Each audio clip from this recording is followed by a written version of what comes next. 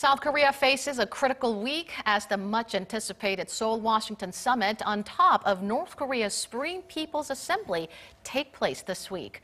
While the world is watching closely on the developments surrounding the Korean Peninsula, today we go in-depth on the possible solutions to the current nuclear stalemate.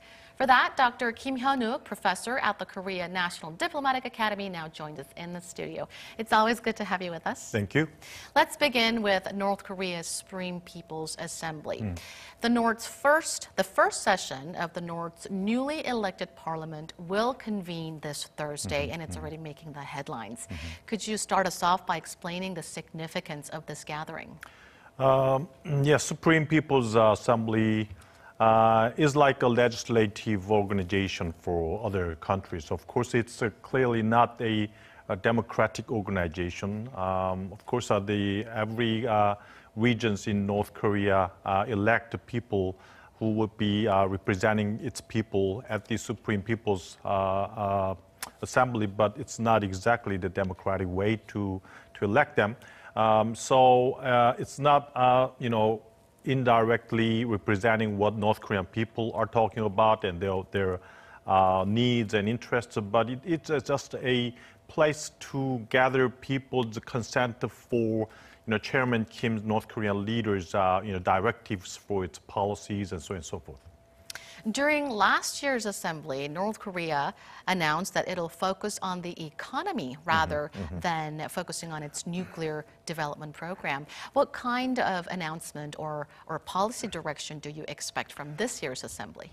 Yes, you're right. Last year, North Korean leader Kim Jong-un, not exactly the leader, Supreme People's Assembly at the time, they held the Central Committee of the Workers' Party, and they had the entire members meeting in which the North Korean government, they announced a new strategic directives, which means that they will focus their policies from nuclear to economic. This year, you know that the Vice Foreign Minister Choi Sun-hee had a press conference in Pyeongyang before, and she said that there would be Chairman Kim's intention to be released someday soon. So I think many experts are thinking that the place and timing for Chairman Kim to announce his thinking and plan vis-a-vis the United States will be the Supreme People's Assembly. So we'll see what would be the directives that Chairman Kim will say in the Assembly about the future policy towards the United States, what kind of stance North Korea will take vis-a-vis the United States, etc. Like you've mentioned, North Korea is yet to make its post-Hanoi plans. Do you expect some fresh and new approach from North Korean leader Kim Jong-un? Vice Foreign Minister Choi Sun-hee's press conference was very harsh, at least in the surface. It wanted to look very tough to the United States. It seems like Chairman Kim's disappointment about continuing his dialogue with the United States, so on and so forth. But the current reality within North Korea is not really good to disconnect its talk with the United States. If it disconnects its talk with the United States, there will be no other ways but to just sustain the international sanctions on North Korea. No other countries like Russia and China would be willing to help North Korea to have loopholes in international community's sanctions on North Korea. So I think Kim Jong-un would still leave some leeway to continue talk with the United States. I'm not sure what specific talk it will Kim Jong-un will announce, but I think it will contain a hotline voices, but at the same time some voices that it wants to continue talk with the United States. So it will be kind of a lukewarm message to the United States. So severing talks with the U.S. is not what North Korea wants either. Many are labeling the upcoming Supreme People's Assembly as Kim's second term of Kim's reign.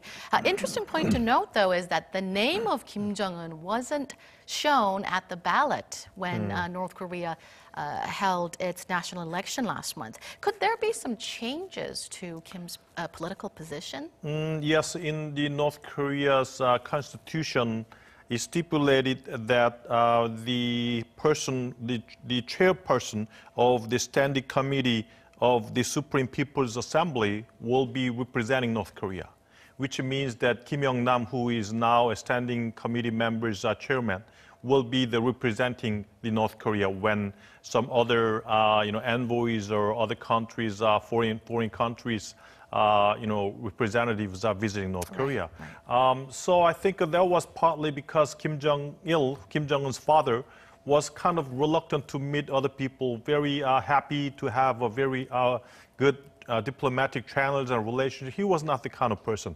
But I think Kim Jong-un, who is trying to make North Korea more a normal state, I think it needs to deal with these kinds of confusion, who is representing North Korea.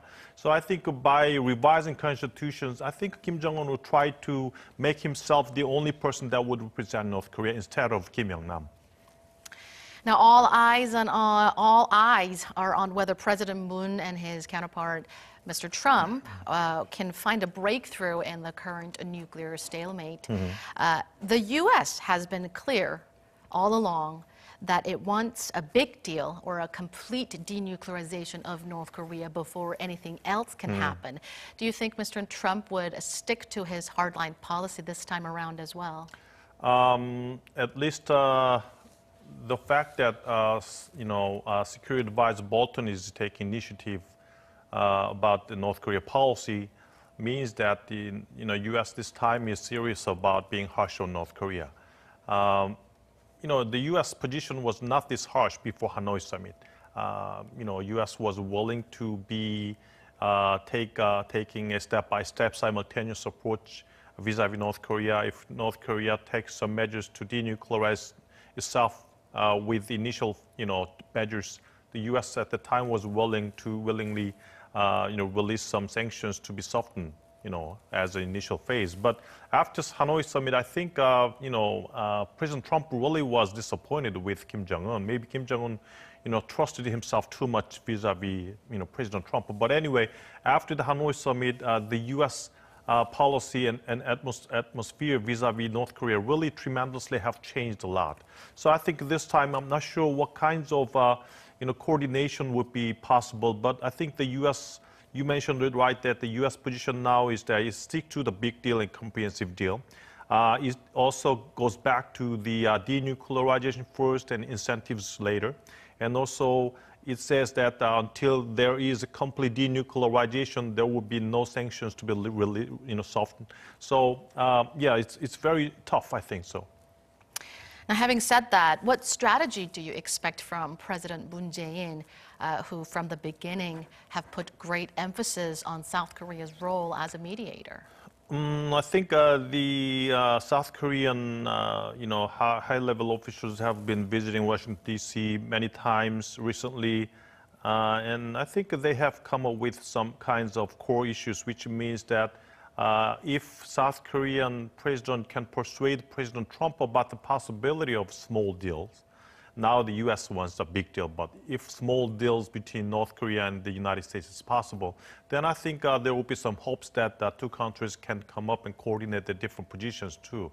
The U.S. says that, no denuclearization, no sanctions softened, but still small deals possible if, for example, North Korea still comes back to the Yongbyon facilities dismantlement, but at the same time requests just a small part of the sanctions to be softened. I think that kind of thing will be possible. So I think the focus that the South Korean government and President Moon would take on the President Trump, I think, will be the possibility of small deals between two countries, between North Korea and the United States. Now, how far should the talks between Seoul and Washington reach in order to call the summit successful? South Korea and the United States? Yes. How far do you think do you have to meet halfway in order to call the summit successful? I think President Moon Jae-in and President Trump, the problem is that they have their own interests. South Korean president is thinking about the North Korea issues. That's every agenda that he's thinking is important issue when he meets President Trump. But, President Trump is thinking about the U.S. South Korea alliance to be part of the Indo-Pacific strategy. And this time, President Trump wants to have a solid trilateral cooperation between U.S. and Japan and South Korea.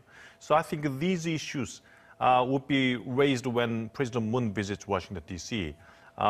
Because recently the U.S. has revised its military strategy on Asia, and I think in that sense wants the South Korean contribution to the Indo-Pacific strategy of the United States. So I think they have different agenda, but I think still, as I have mentioned, if they come up with an agreement that maybe North Korea and United States begins working level discussion, I think that will be partial success, I think.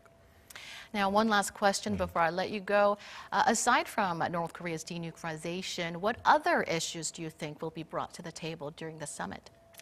I just have mentioned that the U.S. policy on Asia, especially during the Obama government, really focused on the air-sea battle, which means that Air Force and Naval Force of the United States will be the major force to contain and deter China. But recently, the Army of the ground force of the United States has been an important part of the deterring China thing. So I think they have recently changed its military strategy vis-a-vis China. So-called, I forgot the exact term, but combining all these three military and make a joint effort to be efficient in deterring China has been a recent military strategy vis-a-vis China. So I think in that sense, I think that President Trump would request President Moon Jae-in to be a much more active contributor to the U.S. policy on Asia. And I think in that sense that there will be some kinds of agreement on that. All right, Dr. Kim, thank you as always for your insights today. Thank you very much.